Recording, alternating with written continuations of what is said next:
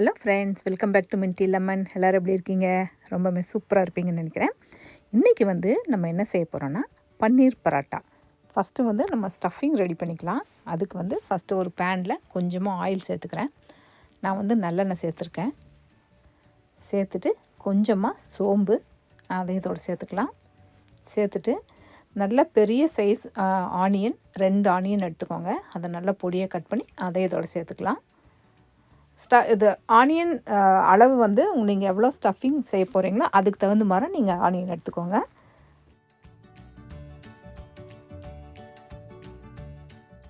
இந்த ஸ்டஃபிங்க்கு நீங்கள் வெங்காயத்தை ஓவராலாக குக் பண்ண வேண்டாம். ஓரளவுக்கு ஒரு பிங்க் கலர் வந்தாலே போதும். ஸோ இந்த அளவு போதுமானது. இப்போ ஒரு மீடியம் சைஸ் தக்காளி பழம் 2 தக்காளி நல்லா பொடியாக கட் பண்ணி வச்சுருக்கேன். அதையும் இதோடு சேர்த்துக்கிறேன்.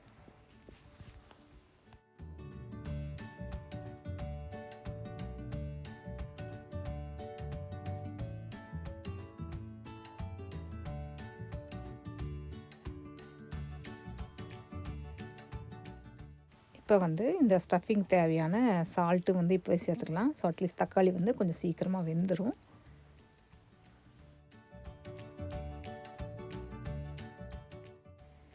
இப்போ வெங்காயம் தக்காளி ரெண்டுமே நல்லாவே வதங்கிருச்சு.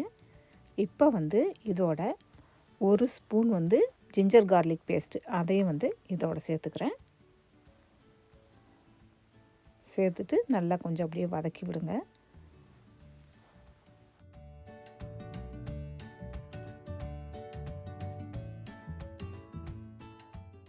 அடுத்தது 1 ஸ்பூன் மிளகாய்த்தூள், 1 ஸ்பூன் மல்லித்தூள், கொஞ்சமாக கரம் மசாலா போட்டு நல்லா மிக்ஸ் பண்ணி விடுங்க.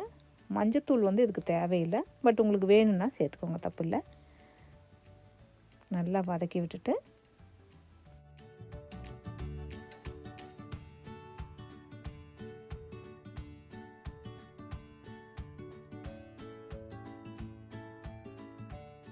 நல்லா ஒரு கப் பன்னீர் நல்லா கையிலேயே அப்படியே பொடி பண்ணி அப்படியே அதையும் இதோட சேர்த்துக்கிறேன்.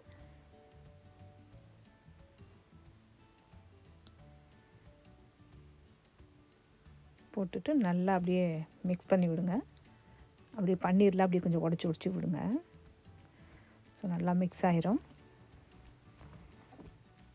மிக்ஸ் பண்ணிட்டு இப்போ ஒரு சின்ன 1/4 சைஸ் எலுமிச்சம்பழம் அதை இதோட புழிஞ்சு விட்டுறேன். அப்புறமா கொஞ்சமாக கொத்தமல்லி தழை அதையும் தூவிடலாம். Final touch. நம்மளோட ஸ்டஃபிங் ஆல்மோஸ்ட் ரெடி ஆகிடுச்சு.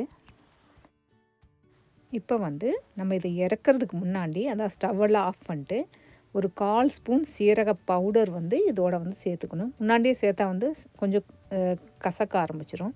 அதனால் இறக்கிறதுக்கு முன்னாடி சேர்த்துக்கோங்க. அவ்வளோதான், நம்மளுடைய பன்னீர் ஸ்டஃபிங் ரெடி ஆகிடுச்சு. இனி சப்பாத்தி போட்டுற வேண்டியதுதான்.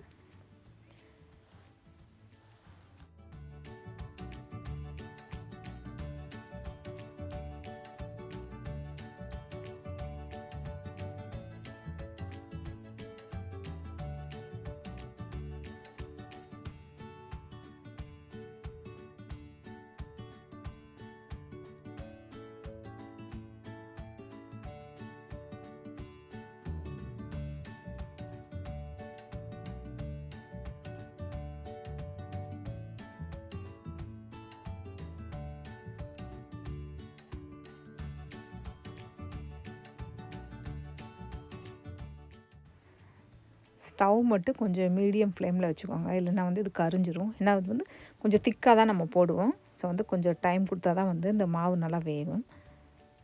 ஸோ மீடியமில் வச்சு 2 சைடு நல்லா சுட்டுடுங்க. இது மேலே கீ போட்டுக்கோங்க. 1 ஸ்பூன் கீ போட்டு செஞ்சிங்கன்னா ரொம்ப சூப்பராக இருக்கும். கீ வேண்டான்னு நினைக்கிறவங்க நல்லெண்ணெய் சேர்த்துக்கலாம்.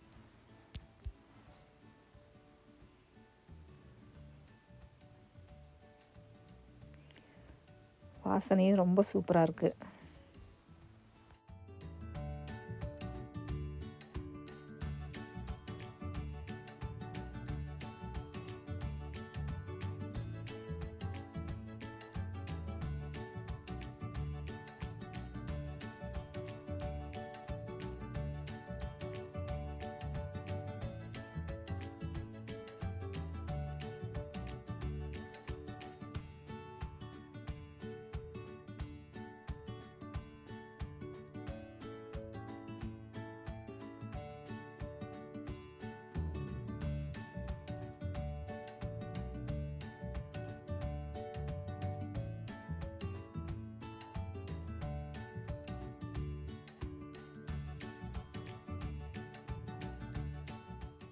இப்போ நம்ம பன்னீர் பராட்டா வந்து சூப்பராக ரெடி ஆகிடுச்சு. சர்வ் பண்ணிடலாம்.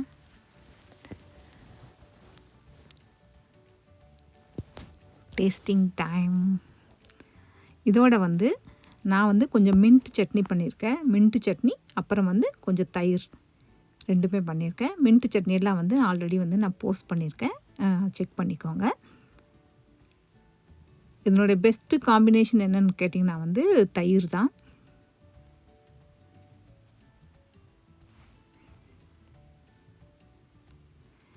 டேஸ்ட் பண்ணி பார்க்கலாம்.